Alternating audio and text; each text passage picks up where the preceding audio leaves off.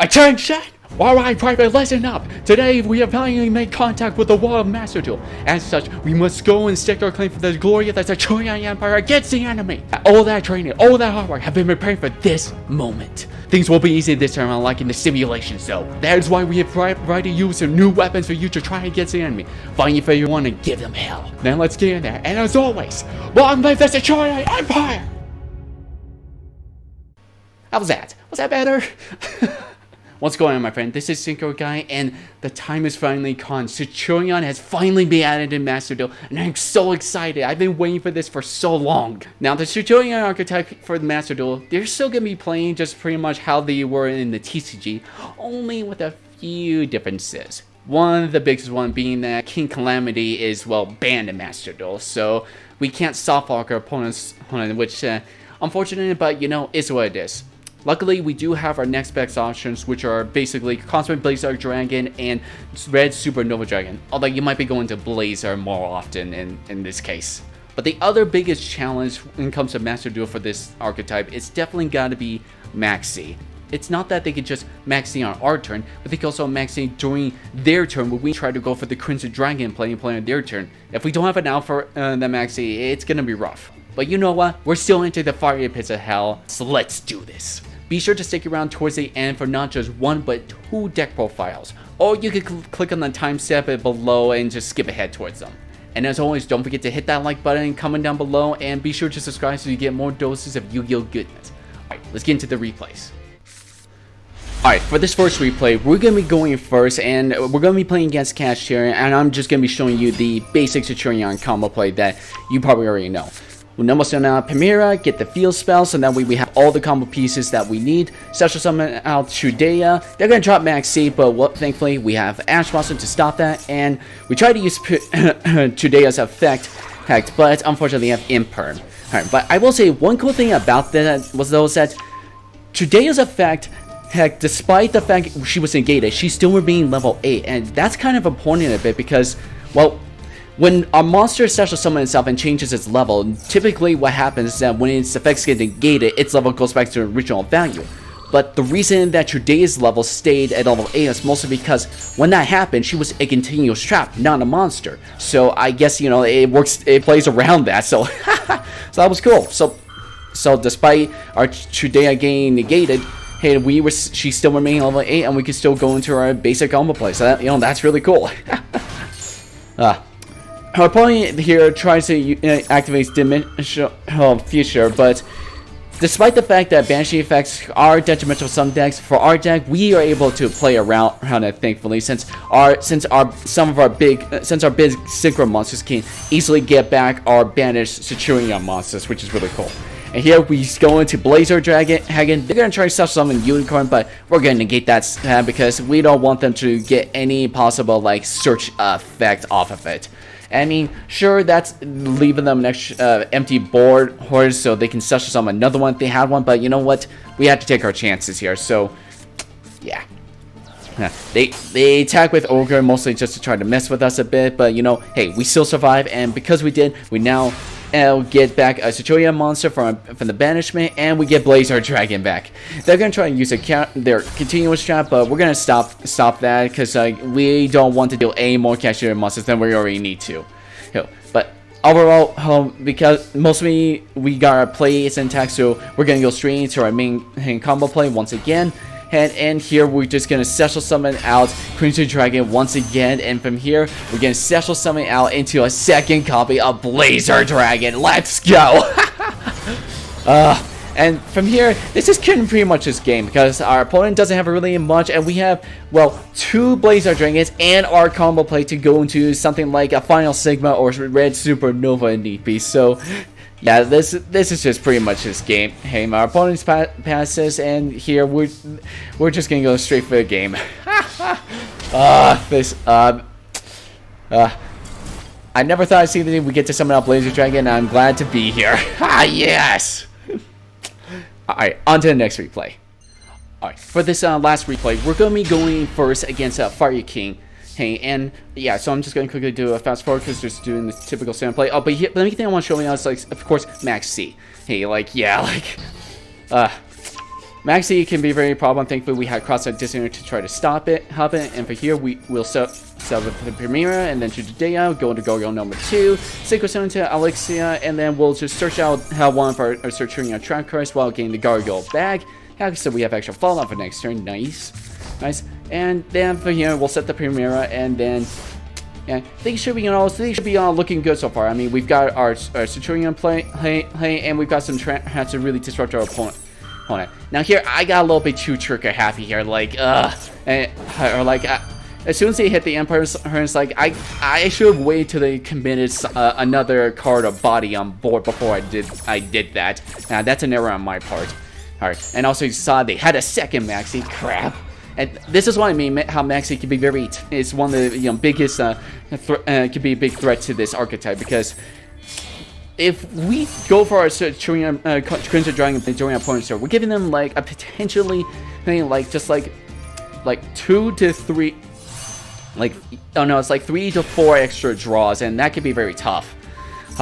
And like here I use Blazer Dragon to negate the Empire to just protect it, so that way if we manage to survive, we have follow-up for next turn. Alright, but yeah, it's like, again, this is like, it's very tough. Especially when we're playing against the Maxi, because we don't always want to give opponent extra draws to possibly just ruin us, but sometimes we gotta deal with what we gotta deal.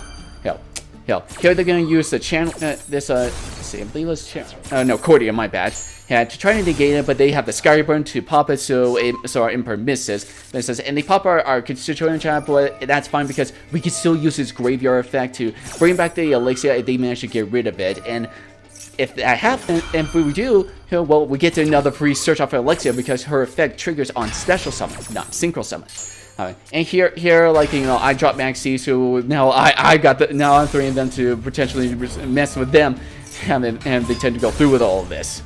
Yes. Granted, I should have waited till they activate the Sacred Fire King Garunix. I kind of forgot we're playing the OCG wave version of how trigger effects they have work like almost like fast effects. So, but anyway, they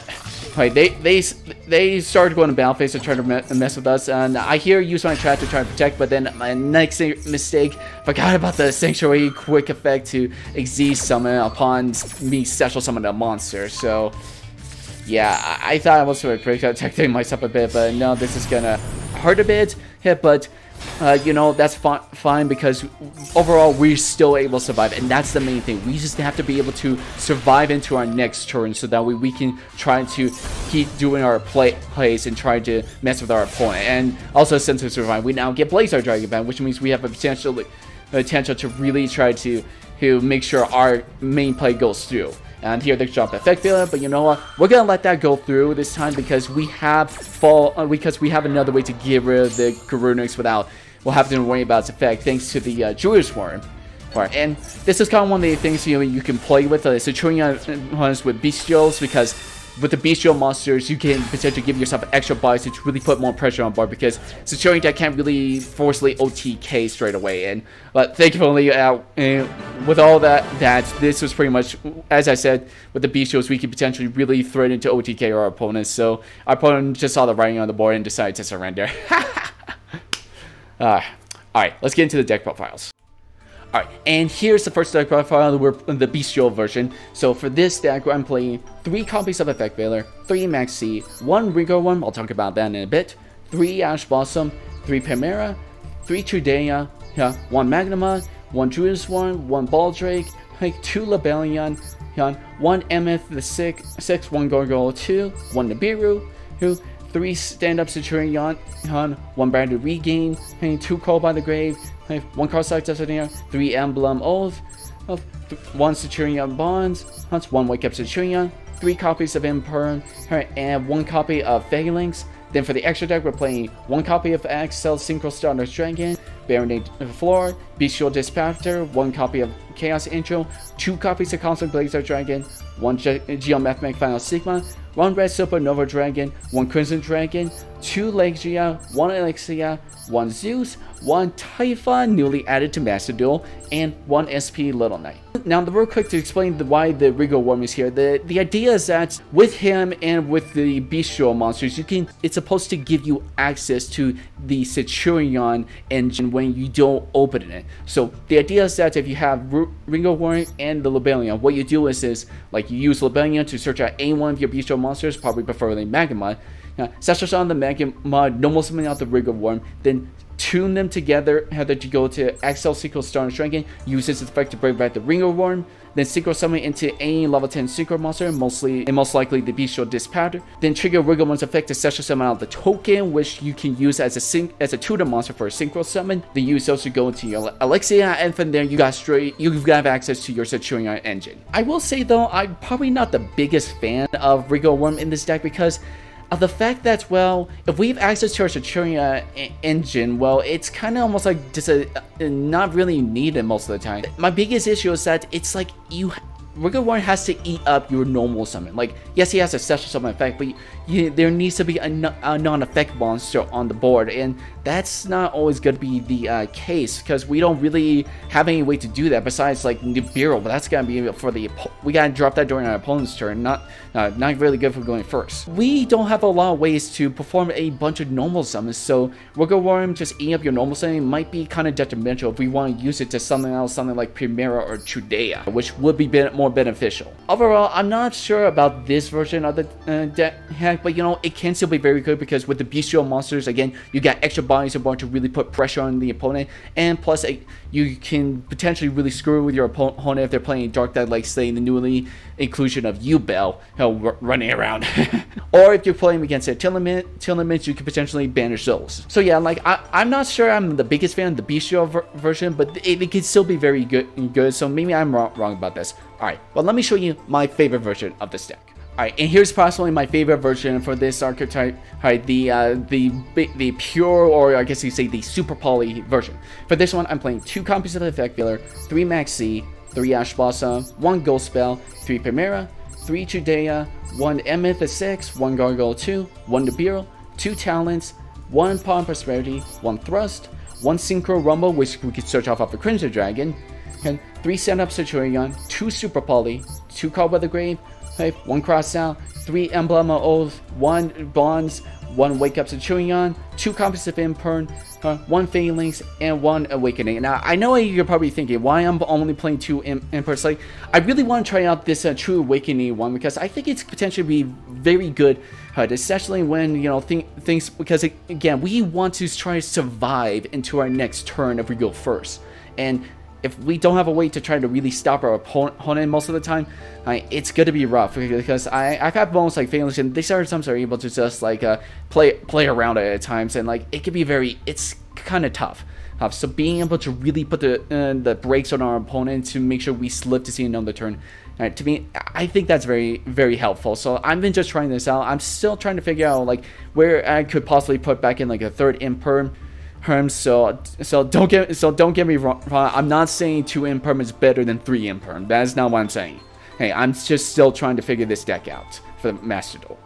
Now for the extra deck, we're playing 1 copy of Mud Dragon, okay, 1 copy of Garura, all of this for the Super Poly, 1 copy of Draco Berserker, 2 Cosmic Blazer Dragon, 1 Final Sigma, 1 Red Supernova, 1 Crimson Dragon, 2 Legia, 1 Elixia, 1 Digirsu, 1 Zeus, 1 Typhon, and 1 SP Little Knight. Now, one of the things I both say I kind of like the Super Poly version the best is that the fact, well, it's both a disruption and a board breaker at the same time. So if we go first, we can potentially use this on our opponent during their turn to disrupt their plays, or if they go first and they establish a big board, we can use it to really break apart that board and make it easier for us. So yeah, overall, I think this is possibly my favorite version of the archetype currently. Now, there are some other cards you could try to use in the Centur-Ion archetype that could also be good. Like, one of them could be Ciphering Gear Gamma, mostly because, again, Maxi can be such a hindrance to this deck, so we want to try to really have ways to try to stop it. So a card like Ciphering Gear Gamma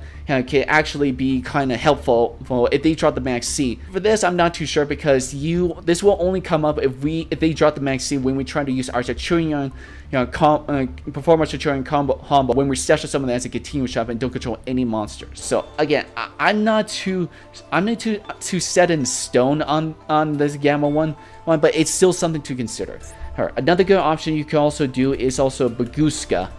Because if we don't have a way to get our everything to set up to do the Crimson Dragon Play to our opponent's turn, we can then try to go something like Baguska to really put the brakes on our opponent to live to see another turn. Again, we really don't want to try. We want to live to see our next turn. That's very important. One other card you can also try to use with this archetype is Dimension Shifter, because again, we can play around our stuff being banished most of the time. And we use D-Shifter, we can really put the screws on our opponent, because when we're playing against something like Fire King or Yugioh, how they are going to have a tougher time while we can easily try to play around this. And I will say on that note, one of our hardest matchups for this archetype probably is definitely going to be the Yugioh deck, because, well, first of all, that deck we are big bodies, and they enjoy that because that means they can easily try to kill us, which can be tough, and most of the time we're going to try to, well, pop their stuff, and we pop their stuff, they're going to combo off, and we don't want that to happen. That's why I'm still playing stuff like Zeus in the deck, because not only can he level the playing field, but he can also ensure that they don't pop off. So I've seen some builds not play Zeus, but I think Zeus is very important for this archetype, and again, we can make Zeus with ease, not through his effect, but doing just the basic heart summon through 2 level 12 monsters, which we can easily do, because it's not like we're not playing a lot of level 12 monsters, right?